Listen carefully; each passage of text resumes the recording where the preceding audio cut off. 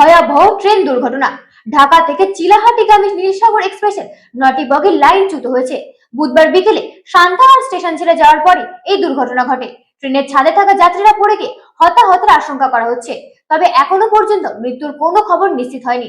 আহতদের উদ্ধারের কাজ চলছে, জানিয়েছে রেলওয়ে পুলিশ। সান্তাহারে হাজারো যাত্রী নিয়ে দুর্ঘটনার কবলে নীলসাগর এক্সপ্রেস। ঢাকা থেকে চিলাহাটিগামী নীলসাগর এক্সপ্রেস ট্রেনের 9টি বগি লাইনচ্যুত হয়েছে। বুধবার বিকেলে ট্রেনটি বগুড়া সান্তাহার জংশন ছেড়ে গিয়ে লাইনচ্যুত হয়। ট্রেনের ছাদে থাকা লোকজন পড়ে গিয়ে হতাহত হয়েছেন বলে আশঙ্কা করা হচ্ছে। ট্রেনটিতে হাজারো যাত্রী ছিলেন। সান্তাহার রেলওয়ে থানা পুলিশের উপপরিদর্শক মাহফুজুর রহমান বলেন, নীলসাগর এক্সপ্রেস ট্রেনটি ঢাকা থেকে ছেড়ে এসে বেলা 2টোর দিকে সান্তাহার স্টেশনে বিরতি করে। সান্তাহার স্টেশন থেকে ছেড়ে যাওয়ার কিছু সময় পরে ট্রেনটি লাইনচ্যুত হয়।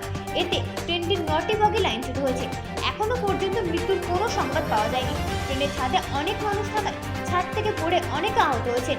বগিগুলো উদ্ধারের জন্য কাজ চলছে। অন্যদিকে আদমদিঘি থানার ভারপ্রাপ্ত কর্মকর্তা আতাউর রহমান জানান, ঢাকা থেকে ছেড়ে আসা নীলসাগর এক্সপ্রেস ট্রেনটি আদমদিঘি ও সান্তাহারের মাঝামাঝি এলাকায় লাইনচ্যুত হয়।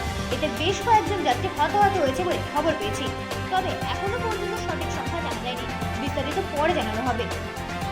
ব্যুরো রিপোর্ট, রাজধানী নিউজ নেটওয়ার্ক।